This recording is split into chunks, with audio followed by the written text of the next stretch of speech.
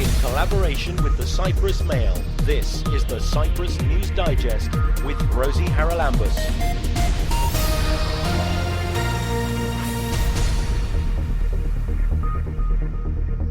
Coming up on this week's programme, we talk to the main speaker of an event next Tuesday at the University of Cyprus that is looking at the property issue in the Cyprus problem. It's one of the thorniest issues when it comes to solving the Cyprus problem, and the amount of land and property involved is enormous. Almost 40% of the whole private property in Cyprus, 500,000 of acres of land for the Greek Cypriots in the north, and for more than 100,000 acres for the Turkish Cypriots in the south. And a new NGO has been set up to bring people from both sides of the divide in Cyprus together over sport. The idea of United Sports Cyprus is to use sports generally as a tool to bring people together from different communities. Next Tuesday, the Laboratory of Genetic Social Psychology of the Department of Psychology at the University of Cyprus is organising an event entitled Property in the Cyprus Problem, an Interdisciplinary Approach. And the keynote speaker joins us on this week's programme. He is Andreas Simeou, former head and member of the Greek Cypriot team of work on the property issue. Andreas, thank you very much indeed for your time. A lot of people would say that when it comes to the Cyprus problem, property is one of the major stumbling blocks because we don't seem to be able to agree, particularly since the exchange of populations many years ago, as to who has the rights to which property. Actually, the property problem is the most complicated one for several reasons. One of them is that it concerns a large number of properties, actually the so-called affected properties, that is Greek Cypriot properties in the occupied part of Cyprus and Turkish Cypriot properties in the government-controlled part of Cyprus, are almost 40% of the whole private property in Cyprus. So we are speaking about 500,000 of acres of land for the Greek Cypriots in the north, and for more than 100,000 acres for the Turkish Cypriots in the south. And of course, it's a problem that has many aspects, which I understand we will discuss now.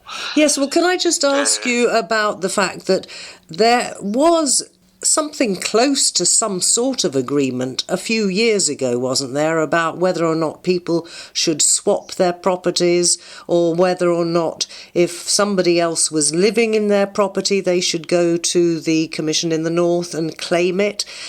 How far down the line did we come to some sort of arrangement that was going to be acceptable to both sides? Actually, because the problem is complicated, it needs, the two parties must agree on criteria for all the categories of property, because they have already agreed for a list of 22 categories of properties, but actually the list should be much larger. So for every category of properties, there should be different criteria. For example, properties which belong to the church, properties which belong to the companies, or properties which have been used for public purposes, for public benefit purposes, or properties properties which are used by displaced persons or are used by people who bought the properties and so on. It's a long list, and we need detailed criteria. Okay, the discussions have gone, a far way forward, but there are still a lot of questions that have to be answered. Well, I think you're going to be dealing with a lot of those issues at this event on Tuesday at the university. Can you just break down, I saw the political aspect, the legal aspect, the social aspect, the economic aspect, and so on. Which of all these different aspects do you think is the most important to, if you like, agree on, so that the other ones almost follow on? Well, all aspects are, important. The political aspect refers, for example, to the decisions of the United Nations Security Council, to the several summit agreements in the past and so on. The legal agreement refers to the question whether this agreement which will be reached will stand in the courts. For example, in the European Court for Human Rights, etc. Then we have the social aspect, which, for example, refers to the question of the settlers. Whether they will be allowed to stay and how many of them will stay and so on. That brings something else up, Andreas, sorry to interrupt, and that is that, of course, with every year that passes, these issues become more complicated, don't they? Because I think we'd all agree, particularly as we see colonisation in other countries close to us, the fact that settlers have been coming here for so many years, some of them have married into the local population and have had children, then you have to come to the moral aspect of whether or not, even though they may be living in somebody else's house, should they be booted out if they've been here and contributing to the economy of the North for like 40 years? Of course, the time is an important issue. This has been noticed by the European Court of Human Rights in the Dimopoulos case, which was decided in 2010, and that was a critical decision of this court, which recognized that the lapse of time has serious repercussions on the nature of the proper remedy for every poverty. And of course, this decision recognized several rights for the users of the property, but of course, under certain criteria, and the criteria are mainly humanitarian. The issue for the court is to find a balance between, for example, the sentimental attachment of the owner and the sentimental attachment of the user. And every year that passes makes it more difficult, doesn't it? We have more settlers arriving pretty well every year, and the prospect of a solution goes further and further away, doesn't it? Of course. And this passing of time works more favorably for the users than to the owners, because most of the original owners have already died. And a lot of the paperwork's been lost, hasn't it? Actually, it has. You mean the records of the land registry? Yes. No, not actually, because the land registers for Famagusta and Kyrenia, they are in the hands of the occupying force, of the authorities of the North. They have made some amendments to these records. They have put the name of the user, but the name of the original owner is still there. So you cannot say that the records have been lost. What they need is to be updated. The mistakes and omissions of the past is one of the things you're going to be dealing with on Tuesday. Can you outline for me what you think those were, the major ones? The main mistake in the past was that the negotiations were carried out by politicians without the involvement of scientists, of technocrats, of people who are aware of those several aspects of the problem. And as you know, the politicians, do not examine deeply the several issues, especially in this very complicated problem. So they have failed to reach agreements and convergences which are based on this interdisciplinary approach. Which is what you're going to be dealing with on Tuesday. Now, I was interested to see that the programme I've seen also talks about the adoption of memoranda of understanding, which will benefit both sides. What do you mean by those memoranda of understanding? What should we be signing with the other side so that we can move on? One measure is related to what we said before about the land records, because the Turkish side has the possession of records of Famagusta and Kyrenia, and the Greek side is in possession of the records of Nicosia, Larnaca, and Paphos, Limassol. For example, for the villages in what we call free part of Famagusta, which is Paralimni, Ayanaba, etc., we don't have the records. The Greek side. They are in the hands of the Turkish authorities. But what is the problem for them to give these records to the Greek authorities, and the Greek authorities could give the other side some also necessary information about the Turkish Cypriot properties.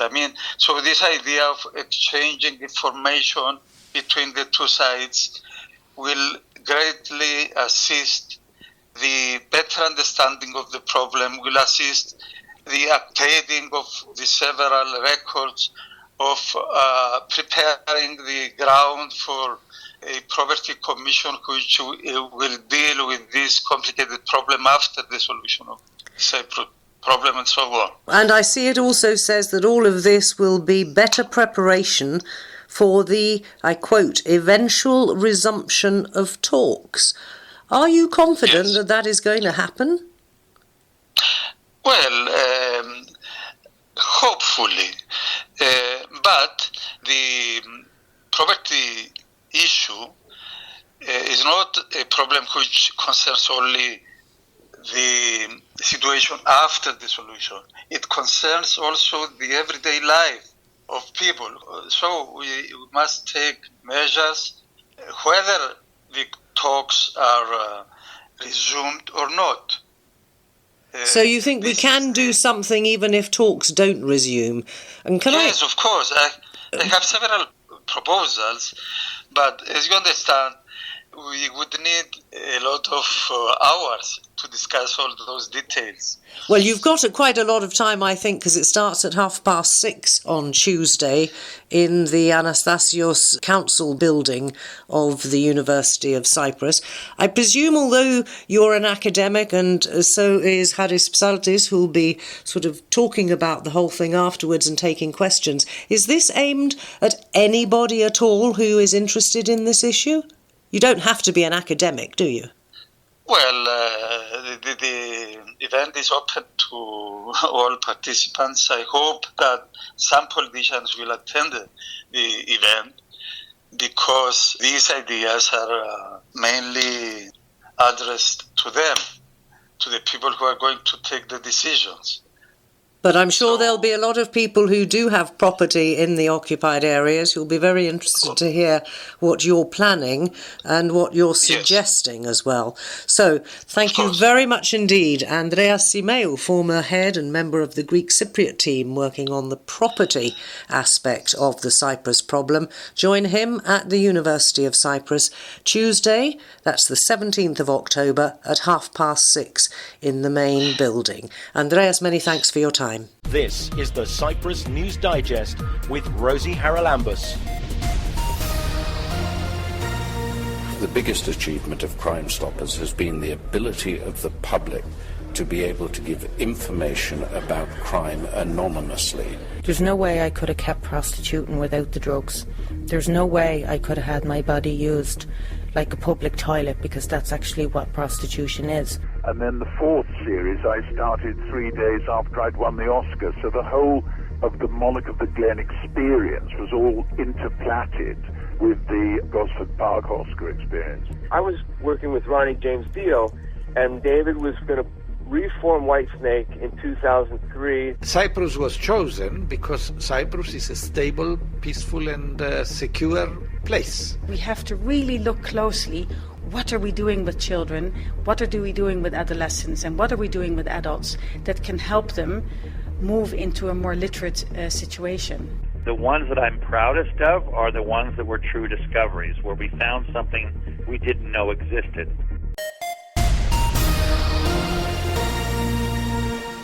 For many years, the peace players in Cyprus were bringing together young people from across both sides of the island, and they were taking part in sports activities, mostly basketball, and getting to know each other.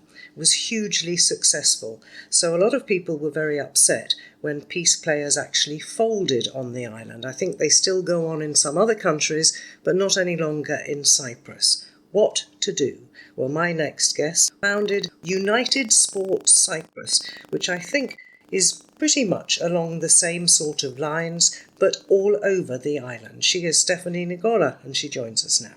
Stephanie, you worked with peace players, I think, so you know the system, as it were.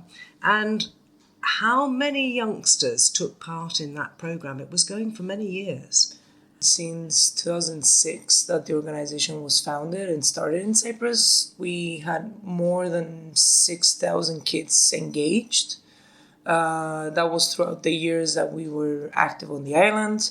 And last year we had 300 kids from both sides of the island that were coming back to back to trainings, to events and everything that we were having as an organization. So it was pretty much a big number and a big effect that we had all over the island. And I think I'm right in saying that a great number of those kids carried on with the friendships they made even after they left peace players, grew up, went into the labour market or whatever.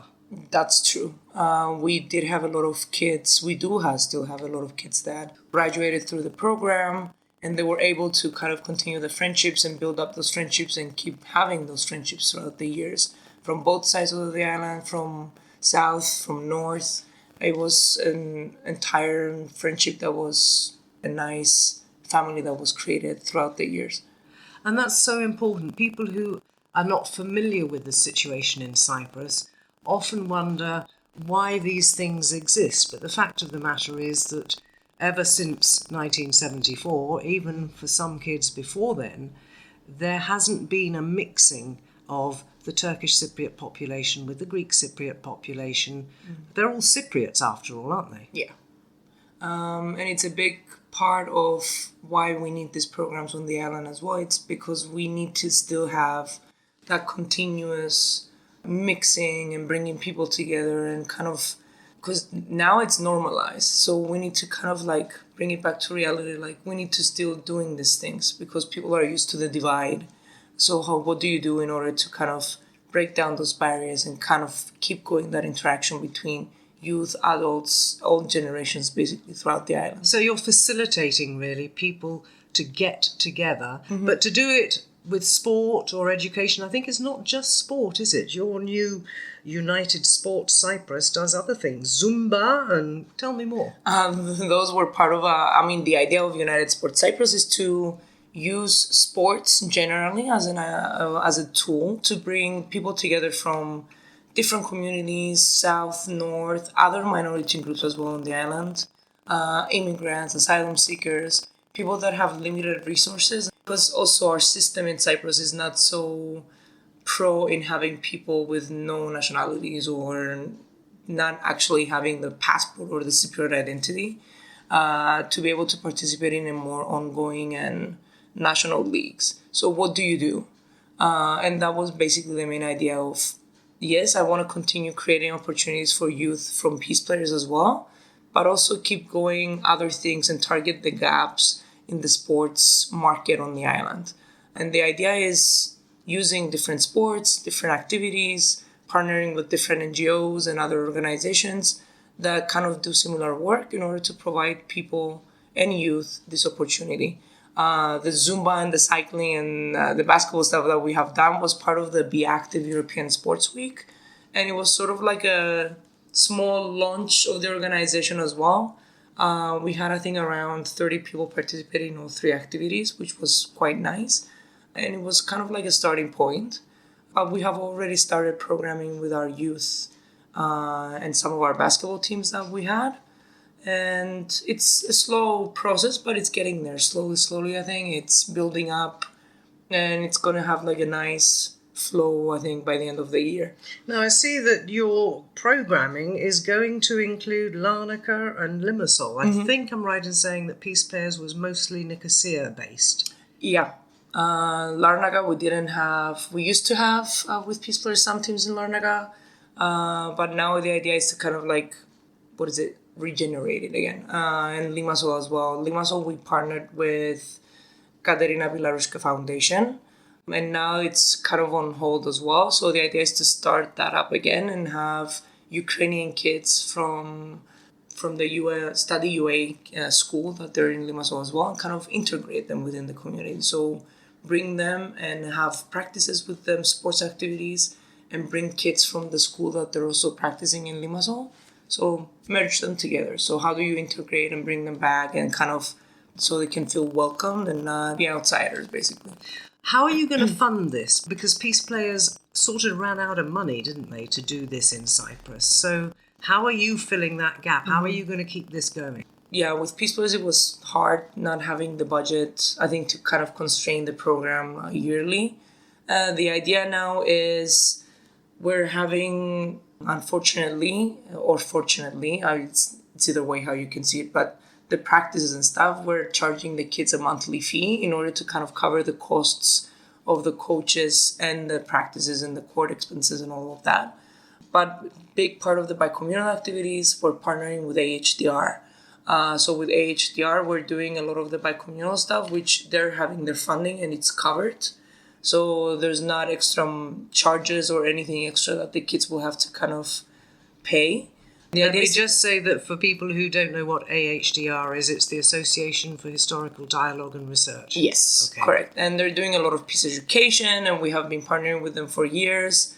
And this is a continuation of the work they're doing and a continuation of the work that we are trying to do now with USC. Can't you get basketball courts from a local school to lend you? That's how we're doing it, but the school districts and everyone, and they're charging small fees for everyone that's using the court for them to pay like the electricity, the lights, court administrator or something that they come and open the court, basically.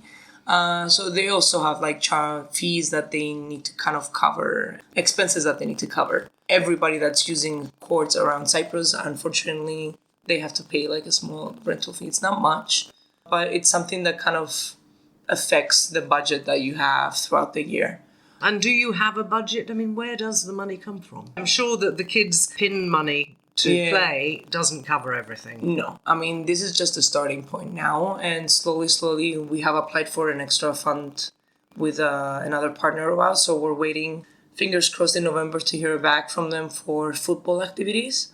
Now we're applying again for like EU grants. The idea is to kind of like send again to other sponsors and other funders and other organizations that they were willing to fund activities that we were doing on the island in order to kind of get money in the organization and starting. Now, for me, it's on a voluntary basis. So what I'm doing is trying to start this up. And through the fees that the kids are bringing, we're starting slowly that process. Nothing from the government that keeps mouthing about rapprochement and getting to know the other side? Nothing. They don't want to fund. They don't have the money to fund. Oh, they have the money. They just don't want to fund something like that. I mean, most of the NGOs that do work like this is from EU, other funders from abroad, embassies maybe, but not government funds. Unfortunately, not.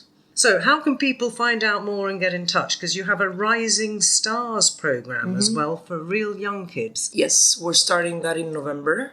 And it's basically introducing younger ages, 3 to 6 year old, to sports activities. So why just sign up a kid just for basketball or just for football or just volleyball? Just bring them in so they can start to get familiar with other sports, team builders, create more friendships, kind of break down the ice and kind of interact with other kids their age. But at the same time, learn different sports and different sports activities that they can do in order to have like a fun and energetic environment. And that's the idea for like those ages, to keep something more fun for them and introduce them to different activities that then they can see what they want to do after that. How often do these activities take place? I mean, suppose my grandson who's 6 signs up. Is it once a week? Is it twice a month? How often do they have to be there? And I presume they really need to be there every time it runs. It's no good just going a couple of times and then disappearing. It's more effective if they're participating throughout the week. The idea is to have it twice a week.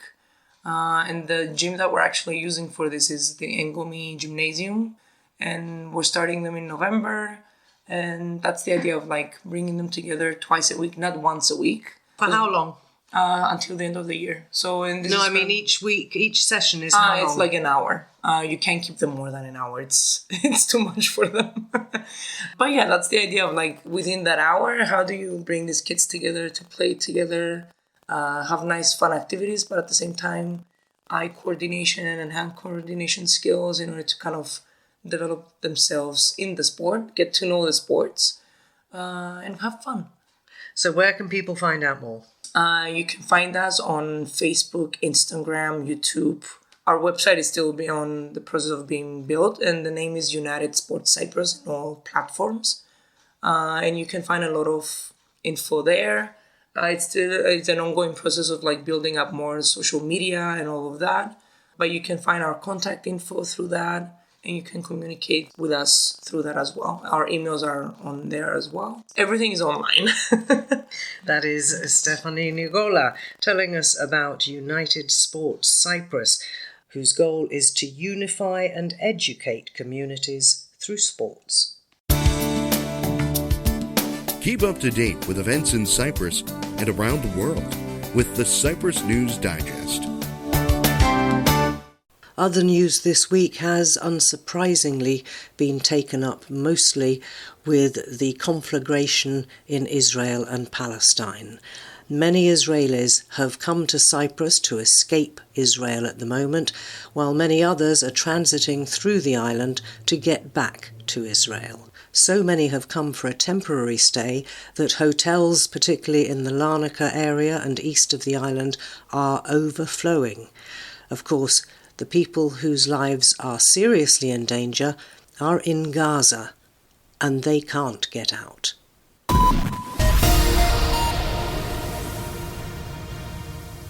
And there's also been an outcry after charges against the lawyer in the Golden Passports case were dropped.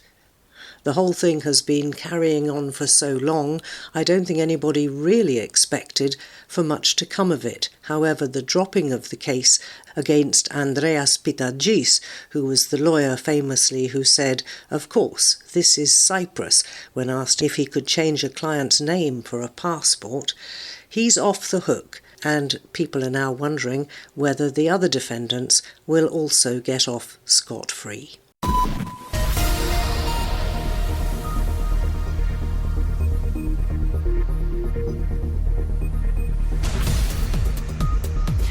Well, that about wraps up this edition of the Cyprus News Digest. Many thanks for your company. Hope you'll join me next week. Till we meet again, take care and God bless. Bye-bye now.